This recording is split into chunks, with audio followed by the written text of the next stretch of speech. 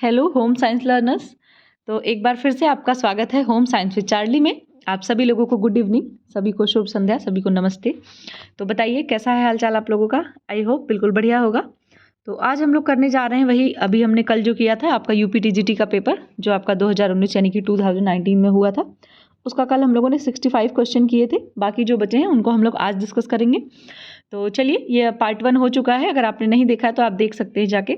हम लोगों ने बड़ा क्विक मतलब सॉल्व किया है पेपर। क्यों? क्योंकि देखिए जैसे भी क्वेश्चंस हैं उसमें मैंने सोचा कि फटाफट आपको आंसर पता चले और एक रिवीजन हो जाए आपका। अभी तक तो आपने सॉल्व कर ही लिया होगा, बट ये एक रिवीजन के तौर पे मैंने फटाफट कराया कि आपके 125 क्वेश्चन जो हैं वो बहुत ही कम समय में हो जाएं। ठीक है, फिलहाल तो अभी चलिए दूसरा पार्ट, ये हमारा पार्ट 2 है। अब पार्ट 2 हम आज सॉल्व करेंगे, उसको भी हम बहुत कोशिश करेंगे कि फटाफट हम आंसर देखते जाएं और बाकी जो चीज़ें होंगी वो भी हम लोग साथ में डिस्कस करेंगे।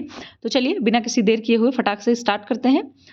और ये रहा हमारा, नहीं ये पहला सवाल तो नहीं है, हाँ ये हमारा कि B stronger than your excuses. बिल्कुल बात सही है। आपको क्या करना है कि करना क्या आप करते ही हैं, स्ट्रांग बने रहना है। ठीक है, आपको एक्सक्यूज़ नहीं देना। ठीक है, अपने कोशिश करिए कि आप खुद को मजबूत बनाइए और जो भी चीज़ें आपके सामने हैं उनसे उनको आप फेस करिए और अपने आप को मजबूत बना करके उसके उस चीज़ से निपटने की कोशिश करिए। समझ रहे हैं आप, निपटिए उससे। बाकी अपने एक्सक्यूज़ देने के बजाय। ठीक है, आपको एक्सक्यूजेस नहीं देने कि ये हो नहीं पाया, टाइम नहीं मिला, तो ये मेरे समझ नहीं आया, या मेरे पास ऐसा नहीं था, या ये मेरे पसंद का नहीं था, या मुझे इंटरेस्ट नहीं आया। जो भी बहानेबाजी होती है, ठीक है, आपको प्रिटेंड नहीं करना है, एक्सक्यूज़ नहीं देना है। आपको जो है उस चीज़ को फेस करना है और मजबूती के साथ उसको करना है आपको। ठीक है, तो इस चीज़ को कहीं ना कहीं फॉलो करिए। ये सब चीज़ें हम देखते हैं तो हमारे दिमाग में कहीं ना कहीं एक पॉजिटिव वाइब्स या फिर आप कह सकते हो कि कुछ मोटिवेशन आती है। जब आप अपने आप को मोटिवेट रखेंगे, अपने अंदर पॉजिटिव एनर्जी, पॉजिटिव वाइब्स रखेंगे, तो कहीं ना कहीं आपका जो माइंड है वो भी पॉजिटिव ही रहेगा और फिर आप कोई भी काम करेंगे तो उसको पॉजिटिव माइंड से ही करेंगे तो उसका पॉजिटिव रिजल्ट भी आएगा। आप बात समझिए, जितना ज़्यादा पॉजिटिविटी आप अपने अंदर लाएंगे उतना ज़्यादा आपका रिजल्ट या आपकी चीज़ें, जो भी चीज़ें आप कर रहे हैं या करना चाह रहे हैं, उसका रिजल्ट भी पॉजिटिव ही होगा। यहाँ पर एग्जाम की बात नहीं हो रही, हर चीज़ की बात हो रही है। ठीक है, लाइफ के जो भी एस्पेक्ट हैं आपके, सभी चीज़ों का आपका एक जो आउटकम आएगा ना वो पॉजिटिव ही आएगा। फिलहाल ये ज्ञान बहुत हो गया। अब आते हैं हम लोग अपने बचे हुए क्वेश्चंस की तरफ। पहला क्वेश्चन है आपका, कश्मीर एम्ब्रॉयडरी को डैश कहते हैं? हेरिंग बोन कहते हैं, पश्मीना कहते हैं, एक सेकेंड, पश्मीना कहते हैं या फिर कसीदा कहते हैं। ठीक है, तो जो कश्मीर की एम्ब्रॉयडरी होती है उसको हम लोग क्या कहते हैं? कसीदा कहा जाता है। ठीक है, D is the right answer. अभी नेक्स्ट क्वेश्चन है हमारा, फूलों की व्यवस्था का उद्देश्य चारों ओर खुशी, जीवन और सौंदर्य भरना है। यह बात किसने कही? ए एच रट ने कही, रहीना बेगम ने, श्रीलक्ष्मी ने, सुमति मुदाम्बी ने। ठीक है, तो इसमें कहा गया है, यहाँ पर ये श्रीमती होगा, ये आपका है ए एच रट जो थे उन्होंने ये बात कही थी। ठीक है, तो यहाँ पर ए ऑप्शन हमारा करेक्ट हो जाएगा। अभी नेक्स्ट क्वेश्चन है, तो नेक्स्ट क्वेश्चन हम लोगों का है कि बुफे के लिए मेनू इस प्रकार होना चाहिए कि मेहमान उसे डैश से खा सके, साधारण रूप से, सरलता से, कठिनाई से, महत्वाकांक्षा से। तो जाहिर सी बात है सरलता से उसको खा सके। ठीक है, बी ऑप्शन हमारा यहाँ पे करेक्ट हो जाएगा और यहाँ पर आपका ए। ठीक, अभी नेक्स्ट क्वेश्चन है हमारा कि 8वें हफ्ते तक भ्रूण जो होता है, जन्म तक भ्रूण कहलाने लग जाता है। जो 8वें हफ्ते से जन्म तक, समझ रहे हैं आप, 8वें हफ्ते यानी कि जो तीसरा मंथ होता है वहाँ से लेकर के डिलीवरी तक, बर्थ तक बच्चा क्या कहलाता है? जो भ्रूण होता है, एम्ब्रियो होता है, तो उसको फीटस कहते हैं, भ्रूण कहते हैं, युग्मनस कहते हैं या अंड कहते हैं। तो ये बात हमें पता ही है कि क्या कहते हैं उसको, फीटस कहा जाता है। ठीक है, ए इज द राइट आंसर, यहाँ पर ए ऑप्शन हमारा करेक्ट हो जाएगा। नेक्स्ट है, शरीर में कार्य पर भोजन का अध्ययन डैश के रूप में परिभाषित किया जाता है। मतलब आपके बॉडी में जो क्या बोलते हैं, बॉडी में जो फंक्शन होते हैं आपके, उनमें जो भोजन का मतलब कार्य होता है, उनके अध्ययन को क्या कहा जाता है? किस रूप में आप उसको परिभाषित कर सकते हैं? तो विज्ञान है, खाद्य विज्ञान है, पोषण है, तो उसको हम लोग पोषण यानी कि न्यूट्रिशन के टर्म में उसको हम लोग परिभाषित कर सकते हैं। डी आंसर हमारा करेक्ट हो जाएगा। नेक्स्ट है, मानव दूध के 100 मिलीलीटर में डैश ग्राम प्रोटीन होता है? 1.1, 1.2, 1.3, 1.4। तो आपको पता है यहाँ पे 1.2 मिलीग्राम प्रोटीन जो है होता है वहाँ पर। ठीक है, कितने? 100 मिलीलीटर में जो है 1 ग्राम प्रोटीन होता है। ह्यूमन मिल्क की बात हो रही है। नेक्स्ट है, अनियमित बॉवल रिक्त होना या रिक्त न होना कहलाता है? डायरिया, पेचिस, कब्ज या फिर कोई नहीं। तो ये जो आपका अनियमित रूप से बॉवल का रिक्त होना या फिर रिक्त न होना जो आपका होता है कॉन्स्टिपेशन यानी कि कब्ज कहलाता है। यहाँ पर सी आंसर करेक्ट हो जाएगा और यहाँ पर आपका बी आंसर। ठीक है, अभी नेक्स्ट है हमारा, विशिष्ट पदार्थ के प्रति ऊतकों की प्रतिक्रिया डैश कहलाती है? एक्जिमा कहलाती है, एलर्जी, टिटनस या फिटस। ठीक है, तो यहाँ पर ऊतकों की प्रति जो प्रतिक्रिया यानी कि जो रिएक्शन होगा वो क्या कहलाएगा? एलर्जी कहलाता है। कभी कभी होता है ना, कुछ ऐसी चीज़ें होती है जिससे क्या होता है, एलर्जी हो जाती है, हमें वो चीज़ सूट नहीं करती प्रॉपर। यहाँ पर भी हमारा बी आंसर करेक्ट हो जाएगा। नेक्स्ट है डैश एक बच्चे का शारीरिक, भावनात्मक और बौद्धिक क्षमता को विकसित करता है। खेलना या फिर खाना यानी कि भोजन, या फिर चिल्लाना, या फिर अनुपूरक लेना। तो जाहिर सी बात है, जो बच्चे खेलते हैं उसमें उनका क्या होता है, उनका फिजिकली, मेंटली, इमोशनली, इंटेलेक्चुअली हर तरीके से उनका जो है डेवलपमेंट होता है। ठीक है, तो यहाँ पर हमारा ए ऑप्शन करेक्ट हो जाएगा। नेक्स्ट क्वेश्चन है शीघ्रतम विधि को सचेत होकर ढूंढने के रूप में परिभाषित किया जा सकता है। यह बात किसने कही है? निकोलम डॉर्सी ने, ग्रॉसम ट्रेंडल ने, वर्गीज और ओगेल ने, या फिर एलिजाबेथ हरलॉक ने। तो जो आपके निकोलम डॉर्सी हैं उन्होंने ये बात कही है। ठीक है, यहाँ पर भी हमारा ए ऑप्शन करेक्ट हो जाएगा। नेक्स्ट है 3 मुख्य शरीर भारों को सीधी रेखा में लेना, यह सिद्धांत डैश पर लागू होता है। 3 मुख्य शरीर भारों को, समझ रहे हैं आप, 3 मुख्य शरीर भारों को एक सीधी रेखा में लेना, ये किस सिद्धांत के अंतर्गत आएगा? शरीर की स्थिति में परिवर्तन, उत्पादन क्रम में परिवर्तन, तैयार उत्पाद में परिवर्तन, कच्चे पदार्थ में परिवर्तन। तो ये जो सीधी रेखा मिलाने की बात की जा रही है वो आपका होगा शरीर की स्थिति में परिवर्तन करना। ठीक है, ए ऑप्शन यहाँ पे भी हमारा करेक्ट हो जाएगा।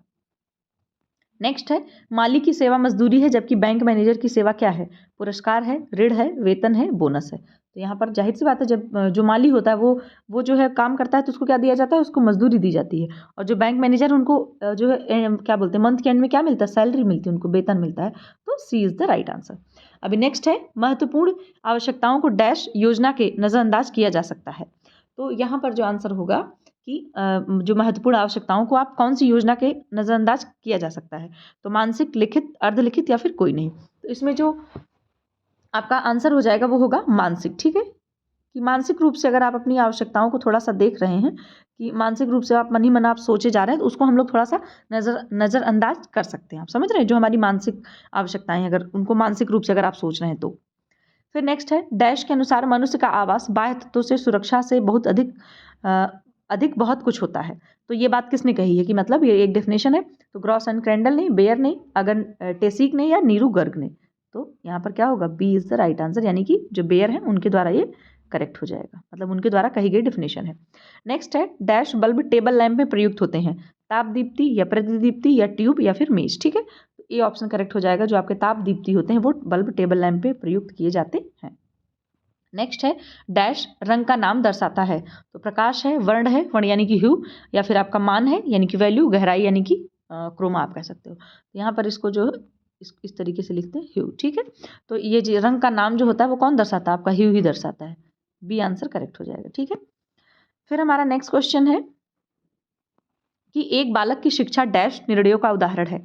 कि परिणाम है, या फिर समूह निर्णयों का उदाहरण है, या व्यक्ति निर्णयों का उदाहरण है, या तकनीकी। तो जाहिर सी बात है, व्यक्ति ही निर्णय लेता है कि उसके बच्चे की शिक्षा कैसी होगी, कैसी कब से स्टार्ट होगी, कौन सी स्ट्रीम में होगी, क्या होगा क्या नहीं होगा। तो ये व्यक्तिगत निर्णय का उदाहरण होता है। ठीक है, पेरेंट्स जो उनके होते हैं वो अपना देते हैं।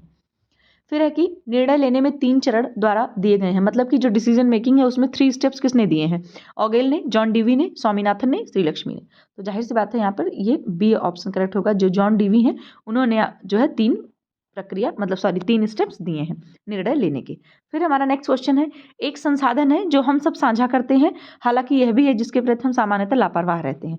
धन है, समय है, ऊर्जा है, जल है। तो जाहिर सी बात है, समय है आपका जो वो एक कैसा है कि हम लापरवाह भी रहते हैं थोड़ा सा, और सबके पास जो है हर कोई साझा भी करता है इसको। बी ऑप्शन इसमें भी करेक्ट होगा। नेक्स्ट है कि परिचालन चार्ट एक कार्य को करने में प्रयुक्त विधि का चरण दर चरण वर्णन है। ठीक है, तो इसमें मैं आपको एक सेकंड बताती हूँ। इसमें हमारा ऑप्शन है, मतलब यही पूछ रहे हैं कि जो परिचालन चार्ट है वो एक कार्य को करने में प्रयुक्त विधि का चरण दर चरण वर्णन है। ये बात सत्य है, असत्य है, संबंधित नहीं है, या विवादित है? तो ये बात आपकी कैसी है? असत्य है। तो हमारा बी ऑप्शन यहाँ पे करेक्ट होगा। नेक्स्ट है डैश आप संतोष का वह प्रवाह है जो प्रतिदिन के अनुभव से उत्पन्न होता है। आत्मिक है, धन है, वास्तविक है, गुणवत्ता है। तो जो आत्मिक संतोष होता है ना, वो ऐसा प्रवाह है जो क्या होता है? जो प्रतिदिन के अनुभवों से हमें उत्पन्न होता है या प्राप्त होता है। ठीक है, नेक्स्ट है आवश्यक रूप से उपलब्ध अवसरों पर आधारित कार्य योजना का निरूपण है। तो क्या है इसमें? आपका जो आयोजना होती है वो आपके आवश्यक रूप से उपलब्ध अवसरों पर आधारित कार्य योजना का निरूपण है। निरूपण का मतलब क्या है कि जैसे आप आयोजना करते हैं, यानी कि जैसे ही आप प्लानिंग करते हैं वैसे ही आपके कार्य का निष्पादन होता है। कार्य का मतलब निरूपण होता है। जिस तरीके से हम प्लान करते हैं उसी तरीके से हम काम करते हैं ना। तो जैसे ही आपकी प्लानिंग रहेगी वैसे ही आपका जो काम का आउटपुट है वो भी वैसा ही आएगा आपके प्लानिंग के अकॉर्डिंग। तो इसलिए हमारा यहाँ पर ए ऑप्शन करेक्ट हो जाएगा। नेक्स्ट है ये वाला डैश मानव बृहद स्तर पर समुदाय द्वारा स्वीकृत नहीं है।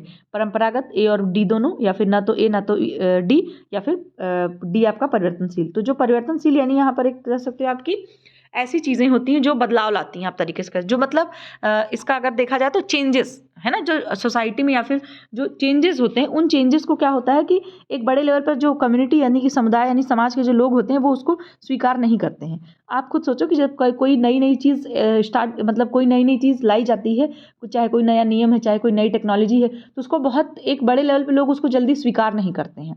तो इस तरीके से आप कह सकते हो कि चेंजेस जो होते हैं उसको स्टार्टिंग में लोग बहुत एक बड़े लेवल की जो जनसंख्या होती है उसको लोग एक्सेप्ट नहीं कर पाते हैं। अब एग्जांपल के लिए जैसे कोरोना की वैक्सीन आई थी तो आपने देखा था गांव वगैरह में कितने लोग थे वो कह रहे थे कि हमें लगवाना ही नहीं है, क्योंकि उनको बारे में उनको ये बहुत नयापन लग रहा था, ये कौन सी बीमारी आ गई या कैसी वैक्सीन आ गई। कुछ लोग तो कह रहे थे कि अरे ये तो पता नहीं क्या चल रखा है, इसमें लोगों की जान चली जाएगी, ऐसा वैसा जो भी है। तो कहीं ना कहीं ऐसा होता है कि जब कोई बड़े चेंजेस आते हैं सोसाइटी में तो लोग उसको क्या करते हैं, जल्दी स्वीकार नहीं करते। ठीक है, फिर हमारा नेक्स्ट है डैश प्राकृतिक बहुलक है। नेचुरल पॉलीमर की बात हो रही है तो नेचुरल पॉलीमर आपका क्या है, विटामिन, खनिज, वसा। तो जो आपका प्रोटीन होता है वो एक नेचुरल पॉलीमर के अंतर्गत आता है। ठीक है, बी ऑप्शन यहाँ पे करेक्ट हो जाएगा। नेक्स्ट क्वेश्चन है कि डैश में स्टार्च कणों के रूप में अनाज भोजन का मुख्य भंडार होता है। कहने का मतलब यह है कौन सी ऐसी चीज़ है जिसमें स्टार्च जो होता है कणों के रूप में अनाज भोजन का मुख्य भंडार होता है। भ्रूण है, भ्रूणपोष है, या एलोग्रान है, या स्केलेटुलम है। तो ये जो भ्रूणपोष यानी कि एंडोस्पर्म जिसको बोलते हैं हम लोग, तो एंडोस्पर्म में जो है स्टार्च की जो मात्रा होती है सबसे ज़्यादा होती है। आई थिंक नियर अबाउट 83% तक स्टार्च का जो पूरा पोर्शन होता है वो एंडोस्पर्म में ही होता है। ठीक है, नेक्स्ट है बाइटॉट स्पॉट, डैश की कमी है, इसको बताना ही नहीं, आपको पता है बाइटॉट स्पॉट जो विटामिन ए की डिफिशियंसी से होने वाला रोग है। ठीक है, बाइटॉट स्पॉट हो या जीरफ्थैलेमिया हो या आपका नेक्टोलेपिया हो, ये नेक्टोलेपिया यानी कि नाइट ब्लाइंडनेस का ही दूसरा नाम नेक्टोलोपिया है। ठीक है, या फिर आपका कॉर्नियल जीरोसिस हो, ये सभी जितने भी ये सब आपको पता है ना विटामिन ए की डिफिशियंसी की स्टेप बाय स्टेप जो है बीमारी है। तो इस वजह से कुछ भी इस तरह का टर्म आए तो वो विटामिन ए की कमी से होने वाला है, इतना तो आपको पता ही होगा अच्छे से ही। फिर दूसरा क्वेश्चन है कि रक्त का थक्का जमने के लिए आवश्यक यानी कि ब्लड क्लॉटिंग की बात हो रही है तो ये भी नहीं बताना है। विटामिन के की मतलब विटामिन के की जो है प्रेजेंस में ब्लड क्लॉट किया होता है। ठीक है, फिर नेक्स्ट है हमारा कि दूध का, अच्छा एक चीज़ और याद आ गई कि ये देखिए विटामिन के जो है वो आपका रक्त का थक्का जमाने के लिए आवश्यक है, लेकिन हमारी बॉडी में जैसे अब मान लीजिए ब्लड सर्कुलेशन होता रहता है हमेशा के लिए, आप ये सोचिए कि अगर जब चोट लगती है तभी ब्लड क्लॉट होता है, लेकिन अगर आपने कभी सोचा कि ऐसे अगर कभी ब्लड क्लॉट हो जाए ब्लड सर्कुलेशन के ही तहत, तो सोचिए बॉडी में क्या होगा। तो एक ऐसा मतलब पदार्थ है जो क्या करता है, 1 सेकेंड, जो क्या करता है कि हमारी बॉडी में ब्लड को जमने नहीं देता। उसका नाम आप जानते क्या होता है, उसका नाम है हिपैरिन। क्या है उसका नाम, हिपैरिन। ये क्या करता है, जब तक आपके शरीर के अंदर ब्लड को जमने नहीं देता है, इसका नाम है हिपैरिन। ये चीज़ आप नोट कर लो, आई होप आपको पता भी होगी ये चीज़। ठीक है, तो हिपैरिन ऐसा पदार्थ है कि जो क्या करता है आपके शरीर के अंदर मतलब ब्लड को जमने नहीं देता है। ठीक है, नेक्स्ट क्वेश्चन है दूध का खमीरी उत्पाद है, फर्मेंटेड प्रोडक्ट की बात हो रही है तो घी है, पनीर है, बटर है, खोया है। तो आपको पता है पनीर को हम लोग फर्मेंट करके ही दूध से मतलब अलग करते हैं। ठीक है, फिर हमारा है बिस्तर बनाना, डैश ऊर्जा वाला कार्य है, तो हल्का है, मध्यम है, भारी है, अत्यंत भारी है। तो जाहिर सी बात है ये भारी कार्य के अंतर्गत इसको रखा गया। ठीक है, यहाँ पर सी ऑप्शन हो जाएगा और यहाँ पर बी ऑप्शन हो जाएगा। नेक्स्ट है जब रक्त में हीमोग्लोबिन की कमी हो जाती है तो हमें डैश हो जाता है, बताना ही नहीं है, अनीमिया हो जाता है आपको। ठीक है, डी ऑप्शन करेक्ट हो जाएगा। फिर नेक्स्ट क्वेश्चन है कि स्टार्च साधारण रूप में डैश में टूटता है, मुख में, छोटी आंत, आमाशय या बड़ी आंत। तो जो आपकी स्मॉल इंटेस्टाइन होती है स्टार्च वहाँ पे साधारण रूप से टूटता है। ठीक है, फिर नेक्स्ट है पार्कर के अनुसार आराम मानव व्यवहार का प्रेरणा मूल तत्व है। तो ये बात सत्य है, असत्य है, संबंधित नहीं या विवादित है। तो ये बात पूरी तरीके से सत्य है। ठीक है, ए ऑप्शन करेक्ट हो जाएगा। नेक्स्ट है डैश यंत्र एक उपकरणीय या संप्रेषण यंत्र है जिसमें संदेश देखा जा सकता है पर सुना नहीं जा सकता। ऐसे यंत्र को क्या कहेंगे आप, श्रव्य कहेंगे, दृश्य कहेंगे, श्रव्य एवं दृश्य दोनों कहेंगे या कोई नहीं कहेंगे। एक्सटेंशन से आपका क्वेश्चन है ऑडियो विजुअल एड्स। ठीक है, तो जाहिर सी बात है जिसमें संदेश को देखा जा सकता है पर सुना नहीं जा सकता वो सिर्फ विजुअल में आएगा। ठीक है, बी ऑप्शन करेक्ट यानी कि दृश्य वाला। नेक्स्ट क्वेश्चन है वह व्यक्ति जो परिचालन में संप्रेषण की प्रक्रिया आरंभ करता है उसे क्या कहते हैं। सीधी सी बात है जो कम्युनिकेशन प्रोसेस स्टार्ट करता है उसको क्या कहा जाता है, पर्यवेक्षक, आयोजक, श्रोता या संप्रेषक। तो जाहिर सी बात है उसको संप्रेषक कहा जाएगा या फिर सेंडर भी आप उसको कह सकते हो। नेक्स्ट क्वेश्चन है डैश नेता, यह सॉरी यहाँ पर देखिए हमें फिल करना है। नेता इस प्रकार परिचालन करता है जो लोगों पर भरोसा नहीं कर सकता। मतलब ऐसा नेता जो लोगों पर, अपने पब्लिक पे भरोसा ना कर पाए, ऐसे नेता को आप क्या कहेंगे। लोकतांत्रिक नेता, लेजिस्फेयर, या फिर तानाशाही या फिर सामान्य। तो उसको ऐसा नेता बोलते हैं तानाशाही, ठीक है। तानाशाही दिखाते हैं कि लोग उनकी जो उनकी जिनके साथ वो काम कर रहे हैं अपने ग्रुप के लोगों पे वो भरोसा नहीं कर पाते हैं। और लेजिस फेयर क्या है, लेजिस फेयर वाली टेक्निक ऐसी होती है, इसमें मतलब कोई रोक टोक नहीं होती, हर तरीके से फ्री रहता है इंसान, ठीक है। इसमें जो इनका मतलब लेजिस फेयर टेक्निक से अगर आपको लेजिस फेयर वाले कैटेगरी में कोई नेता अगर है मान लीजिए, तो लेजिस फेयर का मतलब एक तरीके से आप कह सकते हो बिल्कुल मुक्त, इसमें कोई आपको टोका टाकी नहीं करेगा। आइए अपना जैसे मन कर रहा है वैसे अपनी आप पब्लिक डीलिंग करिए या जो भी चीज़ करनी करिए, जो नहीं करना मत करिए, ठीक है। लेजिस फेयर का मतलब बिल्कुल एकदम फ्री, कोई मतलब उसमें बाउंडेशन कोई लिमिट वगैरह नहीं है, ठीक है। लोकतांत्रिक मतलब डेमोक्रेटिक, जो अपना भी विचार देगा और आपसे भी विचार लेगा तब जाकर के कोई डिसीजन लेगा, ठीक है। ये हो गया हमारा। नेक्स्ट है आरंभिक बाल्यकाल डैश आयु के नाम से भी जाना जाता है। तो यहाँ पर जो है जन्म पूर्व है, गैंग पूर्व है, यौवन है या परिपक्वता पूर्व है। आरंभिक बाल्यकाल का मतलब अर्ली चाइल्डहुड की बात हो रही है, तो अर्ली चाइल्डहुड के आयु के नाम से भी जाना जाता है, मतलब जो अर्ली चाइल्डहुड, तो गैंग पूर्व मतलब कि प्री गैंग एज इसको बोलते हैं, ठीक। और अगर ये लेटर चाइल्डहुड को गैंग एज के नाम से भी जाना जाता है, तो अर्ली चाइल्डहुड तो जाहिर सी बात है इसको प्री गैंग एज के नाम से जानेंगे, ठीक है। नेक्स्ट है डैश रोग प्रतिरोधकता, जिसमें एक टीका दिए जाने के कारण या संक्रमण के परिणाम के रूप में अधिग्रहित किया जाता है। यहाँ पर आपका जो है क्या कहते हैं इम्यूनिटी से, जो आपकी इम्यूनिटी है उससे रिलेटेड क्वेश्चन है ये आपका। तो ये पूछना है कि जब कोई वैक्सीन आपको दी जाती है तो उससे जब आपके शरीर में क्या कहते हैं क्या बोलते हैं उसको, रोग प्रतिरोधकता उत्पन्न होती है, तो उसको क्या कहा जाता है, प्राकृतिक प्रतिरोधकता या सक्रिय या निष्क्रिय या अधिग्रहित। तो यहाँ पर डी ऑप्शन करेक्ट होगा। अधिग्रहित का मतलब क्या है, आपने जो ये वाली ऐसी प्रतिरोधकता जो आपने अर्जित की है, तो हमने कहाँ से करी है, हमने वैक्सीन ली है, वैक्सीन के थ्रू हमारे अंदर जो है अब रोग प्रतिरोधकता उत्पन्न होगी उस वैक्सीन लेने के थ्रू। तो बाहर से आपने रोग प्रतिरोधकता अर्जित करी है, ठीक है। इस वजह से यहाँ पे डी ऑप्शन करेक्ट होगा।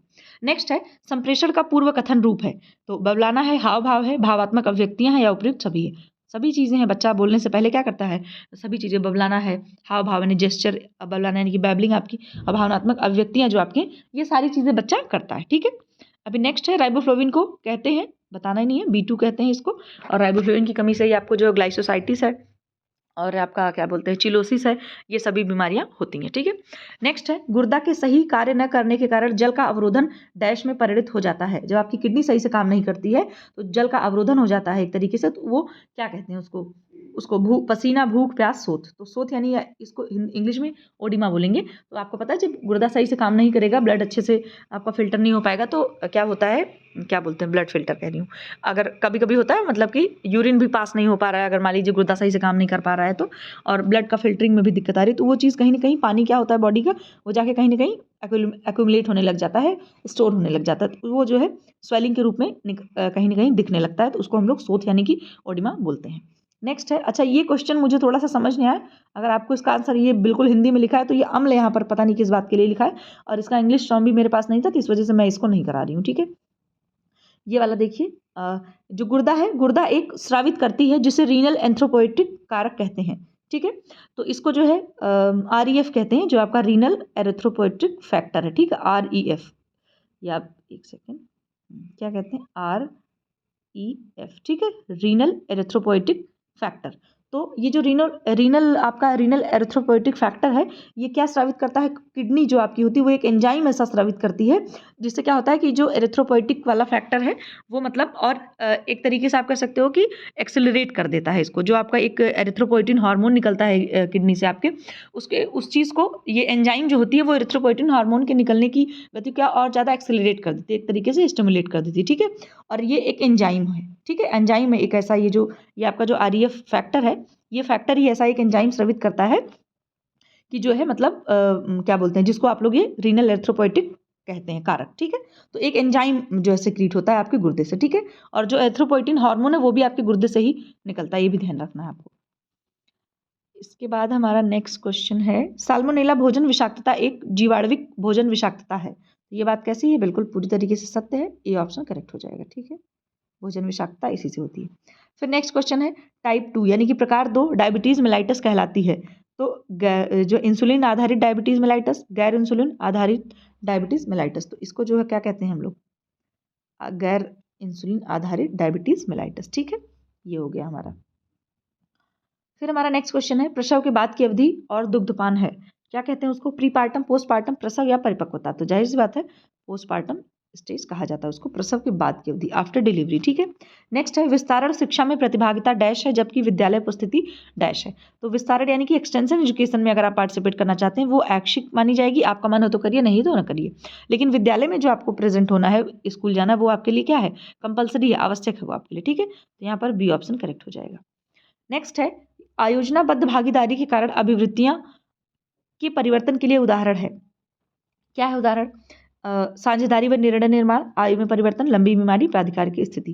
तो जो आपके आयोजनाबद्ध भागीदारी के कारण है वो क्या है, साझेदारी और निर्णय निर्माण। ठीक है, ये ऑप्शन करेक्ट होगा यहाँ पर। नेक्स्ट है पौधों का प्रमुख भंडारण पॉलीसैकेराइड है, स्टार्च है, शक्कर है, कार्बोहाइड्रेट है, वसा है, सबको पता है स्टार्च है, और स्टार्च आपका क्या है, पॉलीसैकेराइड है। ठीक है। नेक्स्ट क्वेश्चन है पोषक तत्वों के लिए दिए गए मात्रा के ऑक्सीकरण के लिए उत्पादित कार्बन डाइऑक्साइड की मात्रा और प्रयुक्त ऑक्सीजन की मात्रा के अनुपात को डैश लब्धि के रूप में परिभाषित किया जाता है, बुद्धि, श्वसन, परिसंचरण और मूत्रीय। ठीक है, इसमें जो हमारा करेक्ट आंसर हो जाएगा आपका वो हो जाएगा श्वसन। क्या बोलते हैं, रेस्पिरेशन कोशिएंट, तो आपने देखा पढ़ा होगा ना, तो जो रेस्पिरेशन कोशिएंट आपका होता है उसके रूप में इसको परिभाषित किया जाएगा। ठीक, बी ऑप्शन यहाँ पे करेक्ट होगा। नेक्स्ट है डैश शब्द रेशम और ऊन की भराई के लिए प्रयुक्त होता है, नैपिंग है, वेटिज यानी कि वेइंग इसको पढ़ेंगे, मोयरिंग है कि ग्लेजिंग है। तो ये जो आपका वेइंग परिसज्जा होगी जो वो ऊन और रेशम की भराई के लिए, भराई का मतलब यहाँ पर फिल करने की बात नहीं हो रही, उसका भार एक तरीके से बढ़ाने के लिए जो वेइंग परिसज्जा होती है वो रेशम पर स्पेशली करी जाती है। ठीक है, तो ये हो गया हमारा बी ऑप्शन यहाँ पे करेक्ट।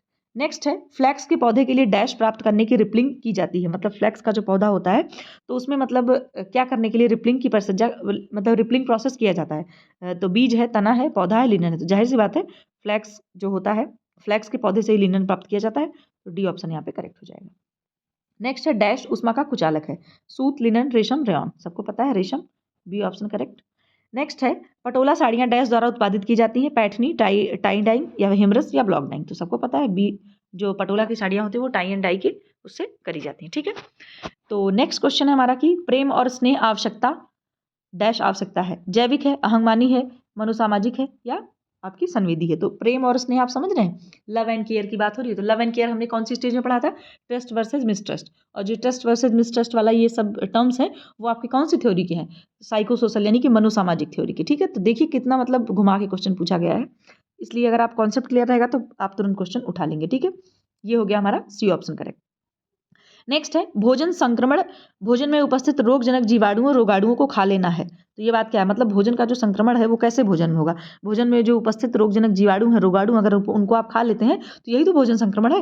ये बात पूरी तरीके से सत्य है, तो बी ऑप्शन करेक्ट होगा यहाँ पर। ठीक, नेक्स्ट क्वेश्चन है एस्बेस्टॉस रेशा है, सबको पता है, एक ये मिनरल फाइबर यानी खनिज रेशा है। ठीक है, सब्जियों के रेशे छूने में होते हैं, सब्जियों का मतलब यहाँ पर वेजिटेबल फाइबर की बात हो रही है, ये आलू गोभी मत समझ लेना। ठीक है, वेजिटेबल फाइबर आपके कौन से हैं, कॉटन है, लिनन है, जूट है, ये सब जो है आपके। ठीक है, हेमी है, हाँ हेम्प का है, रेमी का, ये सभी जो रेशे वेजिटेबल फाइबर के अंतर्गत ये सब आते हैं। ये सब छूने में कैसे लगते हैं, ठंडे, निर्जीव, चमकदार, गर्म, तो ये सब ठंडे लगते हैं। ठीक है, जैसे अगर आप कॉटन को छुओ तो वो क्या है, गर्मी में आपको ठंडा ठंडा लगता है, इसीलिए गर्मी में हम लोग ज़्यादातर कॉटन के ही कपड़े पहनते हैं। नेक्स्ट है जंगली रेशम सूक्ष्मदर्शी के नीचे संवर्धित रेशम से भिन्न दिखता है, ये बात सत्य है, असत्य है, संबंधित नहीं है या विवादित। तो जाहिर सी बात है जंगली रेशम और संवर्धित रेशम को अगर हम लोग देखेंगे तो दोनों अलग अलग तरीके से बनते भी हैं, तो अलग अलग दिखेंगे भी, तो ये बात भी बिल्कुल तरीके से सत्य है।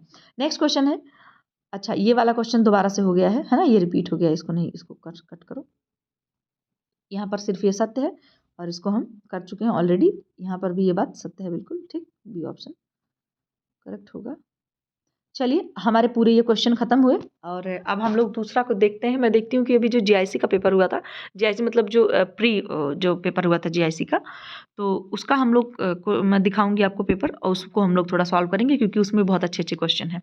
तो चलिए अब हम लोग, ये वाला तो हमारा खत्म हुआ, दूसरा हम कोशिश करते हैं, करेंगे पेपर कल परसों में जब भी टाइम मिलेगा।